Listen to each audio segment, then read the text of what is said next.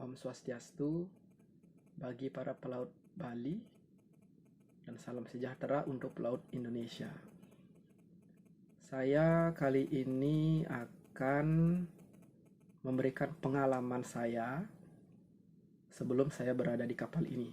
Di saat situasi pandemi COVID-19 ini, banyak sekali hal, prosedur dan aturan yang harus kita ikuti sebelum kalian bisa berangkat ke negeri orang untuk join di kapal pesiar. Dan saya akan merangkum menjadi satu dalam video ini agar perjalanan kalian menjadi lancar. Baik, pertama perkenalkan dulu, nama saya Komang Ardana. Saya dari Singaraja. Kebetulan saya bekerja di sebuah kapal pesiar yang di sini sekarang, tidak perlu saya sebut brandnya apa. Saya hanya akan membagikan pengalaman saya dan prosedur saya dari rumah sampai di kapal. Pertama-tama, khusus dari yang berasal dari Bali ke Jakarta, karena semua penerbangan harus dimulai dari Jakarta, guys. Jadi kalian yang berada di Bali harus terbang dulu ke Jakarta, dan itu kalian pesan tiketnya sendiri. Seperti pengalaman saya naik pesawat di mana saya booking tiketnya di tiket.com, tapi di sana tidak ditulis atau tidak disebutkan bahwa bagasinya 0 kilo. Jadi saat saya tiba di bandara, saya mau check-in, tiba-tiba saya di-charge bagasinya karena saya punya bagasi 20 kilo dan saya harus bayar 880.000. Dan saya mau tidak mau, saya harus bayar 880.000. Karena kalau saya cancel tiketnya dan uang yang akan dikembalikan hanyalah 10% dari harga tiket. Dan mau tidak mau saya harus menyetujuinya. Kalian kalau mau booking tiket di mana saja, lihat dulu bagasinya berapa diizinkan. Baru kalian compare harga tiketnya. Sebelum itu, kalian harus mencari yang namanya PCR. Yang namanya apa itu namanya ya? Rapid test antigen. Di bandara juga ada, tersedia di sana. Mereka mencharge untuk antigen itu sekitar 170.000 dan itu jadi sekitar kurang lebih 15 menit. Kalau tidak ada antrian, saran saya kalian datang lebih awal ke bandara untuk mengantisipasi kalau antriannya panjang. Jadi setelah kalian dapat sertifikat antigen itu, kalian baru bisa check-in. Setelah urusan check-in selesai, kalian terbang. Kemudian sampai di Jakarta, kalian tidak usah langsung ke agensi. Karena besoknya kalian harus melakukan PCR test. Dan PCR test ini nanti akan diinfokan oleh agensi. Ada yang melakukan PCR test di Rumah Sakit Pelabuhan Tanjung Priok. Ada juga di tempat lain. Kebetulan saya dapatnya di Rumah Sakit Pelabuhan Tanjung Priok. Dan itu gratis ya. Kalau kalian datang ke sana, kalian bilang saja sama yang di tempat pendaftaran bahwa kalian dari Meranti Magsaysay. Kalau kalian tidak bilang dari Meranti Magsaysay, mereka akan menawarkan mau PCR yang hasilnya 2 hari, 1.100.000 kalau nggak salah. Terus PCR yang hasilnya 3 hari, 1 juta. Kalian akan ditawarkan itu seperti saya. Kemudian kalian bilang bahwa kalian dari Meranti Magsaysay, kalian akan diminta KTP dan juga disuruh isi formulir. Setelah formulir selesai semuanya, kalian diswab di sana. Setelah diswab, kalian pulang. Kemudian nanti sorenya kalian ke kantor Meranti untuk briefing. Setelah briefing, nanti kalian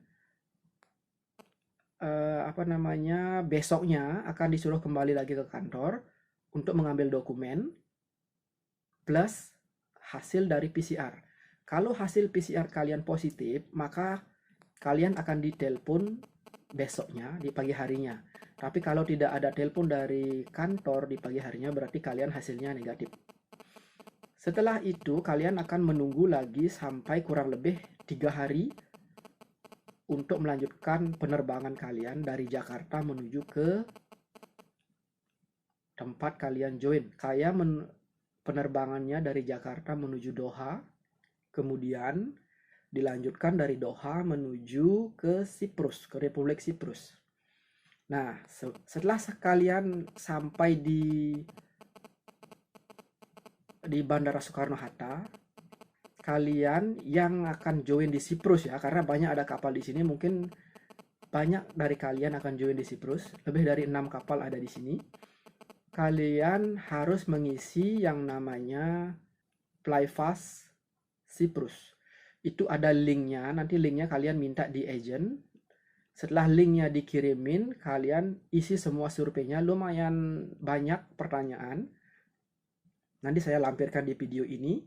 Setelah kalian berhasil mendaftarkan Flyfast-nya, kalian akan mendapatkan kode QR yang akan saya lampirkan di sini.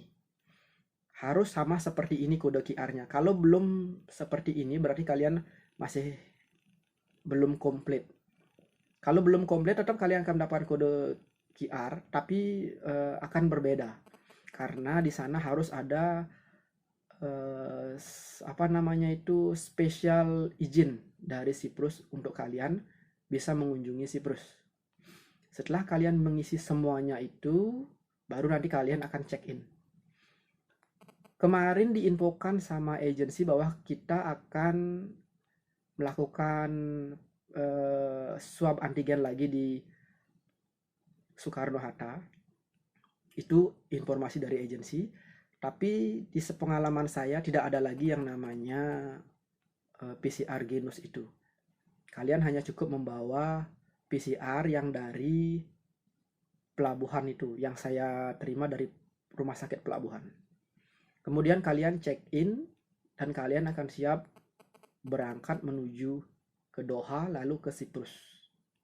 Saat ini saya sedang menjalani karantina selama 14 hari di kapal dan saya ditempatkan di kamar passenger atau di kamar tamu.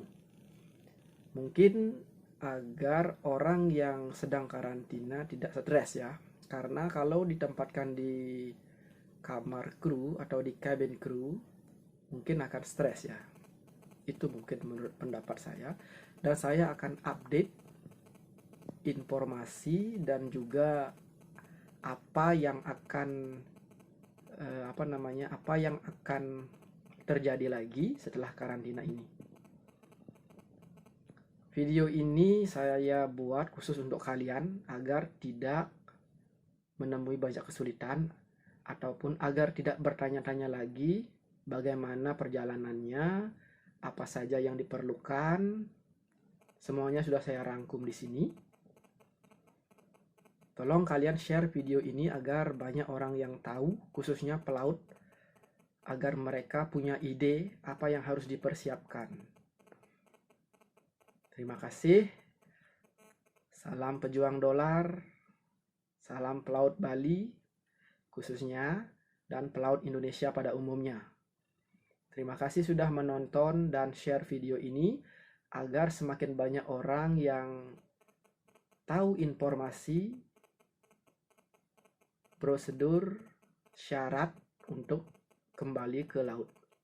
Bagi kalian yang bekerja di kapal pesiar atau punya saudara, kakak, ipar, sepupu, anak, atau siapapun kerabat kalian yang bekerja di kapal pesiar, tolong share video ini, kasih tahu mereka tentang prosedur, tata cara, dan apa yang harus dipersiapkan sebelum kalian berangkat menuju ke kapal pesiar. Karena di saat pandemi COVID-19 ini, sangat berbeda sekali bagaimana kalian berangkat dari rumah menuju ke negara orang. Apa saja yang harus kalian persiapkan.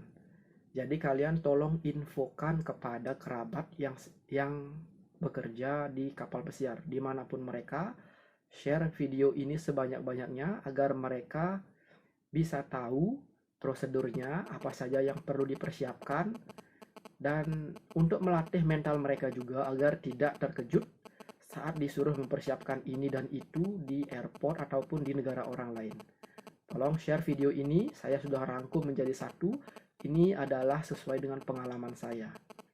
Terima kasih banyak. Salam tangguh pelaut Bali. Bye-bye.